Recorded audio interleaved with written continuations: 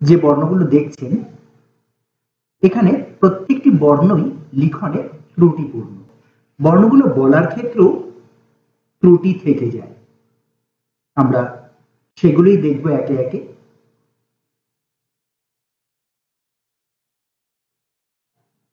দেখুন এখানে দুটো ই দেখা যাচ্ছে, হ্রস্ব ই, এর মধ্যে একটি যথার্থ একটি ঠিক নয়। দেখুন আমরা সাধারণত এই ইটা লিখে থাকি, কিন্তু এটা যথার্থ এই ইটা। দুইয়ের পার্থক্য কোথায় আপনি হয়তো খেয়াল করতে পারছেন না, মনে হচ্ছে দুই এক, এবং আমরা এরকমই লিখি যেরকম আছে, মানে এটা লিখি, আসলে লিখি না, লিখি এটা। কি হচ্ছে এখানে দেখুন এই মাত্রার উপর থেকে এই যে আঁকড়িটা যে উপরে উঠছে সেটা এইরকম মাঝখান থেকে উঠছে, কিন্তু এই চেহারাটা দেখুন এই মাত্রা শেষের থেকে আঁকড়িটা উঠছে, এই জায়গা থেকে উঠছে না। আমরা ভুল কিন্তু এই জায়গাটা করে থাকি, আমরা এখান থেকে মাত্রাটা তুলি, আসলে হবে এই জায়গা থেকে এবং এই মাত্রার মধ্যেই হবে।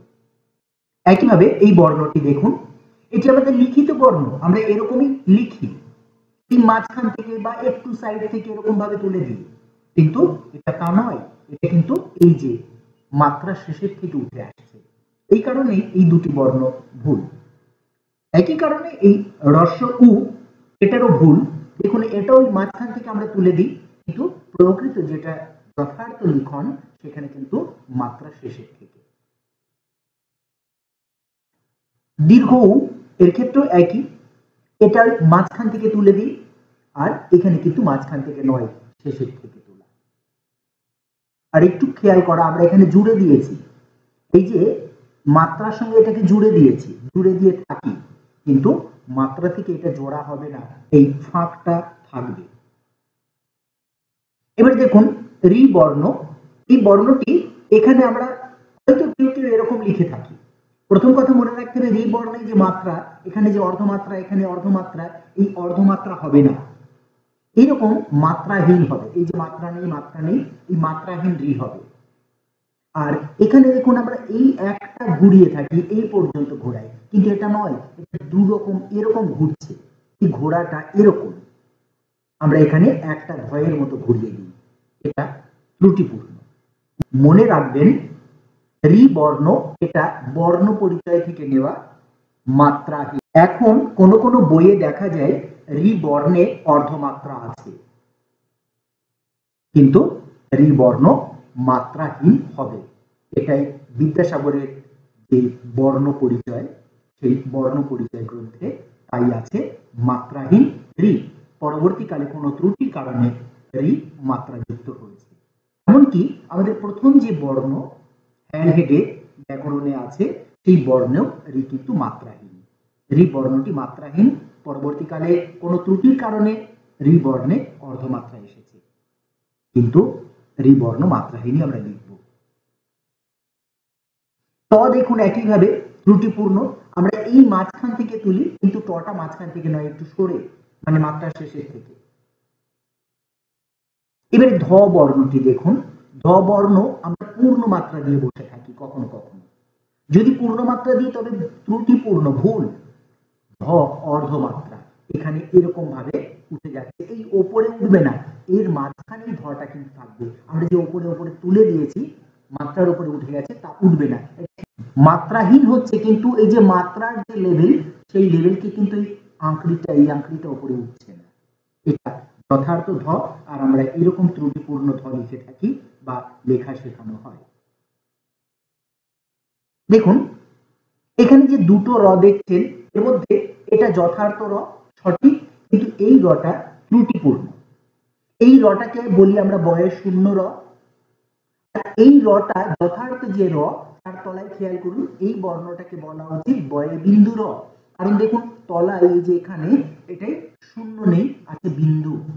আমরা ভুল করে সকলকেই অনেককেই বলতে শুনি এটা বয়ে শূন্য র, আসলে এটা বয়ে শূন্য র নয়, ওটা বয়ে বিন্দু র, বিন্দু আছে শূন্য নেই। একইভাবে এই বর্ণটা ত্রুটি হচ্ছে এই যে শূন্য দেওয়া, এটা ডয়ে শূন্য র নয়, এই বর্ণটা হচ্ছে এইটা ডয়ে বিন্দু র, আর এখানে একটু ফাঁকা হবে, এই মাত্রার সঙ্গে কিন্তু এটা লাগবে না, একটু ফাঁকা হবে। এটা ডয়ে বিন্দু র, আর আমরা সকলকেই বলতে শুনি, বেশিরভাগ মানুষই বলে ডয়ে শূন্য র। বর্ণটির নাম ডয়ে শূন্য র নয়, ডয়ে বিন্দু র।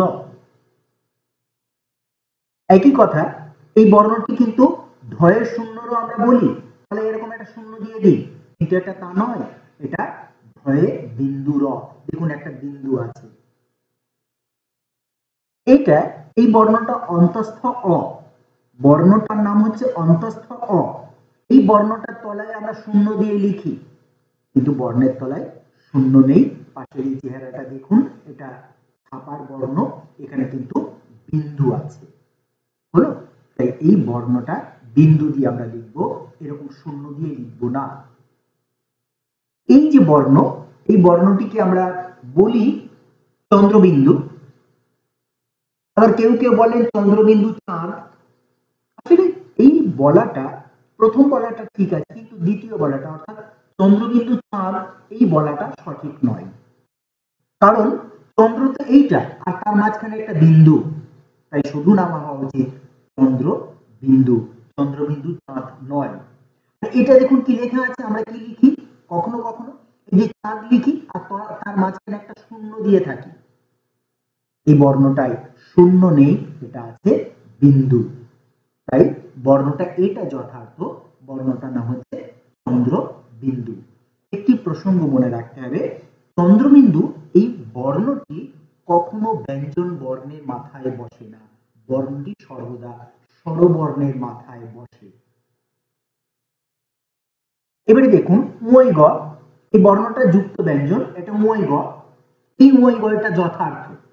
কিন্তু আমরা কখনো কখনো এরকম মই গ লিখে ফেলি, মো গ, তারপরে চন্দ্রের মতো দিয়ে তারপরে বিন্দু দিই। খেয়াল করুন এখানে চন্দ্রের মতো বিন্দু নেই, এখানে চন্দ্র বিন্দু নেই, এটা চন্দ্রও না, এটা ওই মোর প্রাথমিক যে আকৃতি সেই আকৃতিটা এখানে। কিন্তু এখানে কি করেছি, চন্দ্র দিয়েছি, বিন্দু দিয়েছি। আবার এটাই কি করলাম, মই গয়ে এরকম লিখে দিয়ে তার উপরেও আর একটা চন্দ্র দিয়ে থাকি, চন্দ্রবিন্দু দিয়ে থাকি কখনো কখনো কেউ কেউ। এই দুটো বর্ণই ত্রুটিপূর্ণ, এই দুটো বর্ণই ভুল। যথার্থ বর্ণ হচ্ছে এই যে ম গ আর এখানে উপরে মাত্রা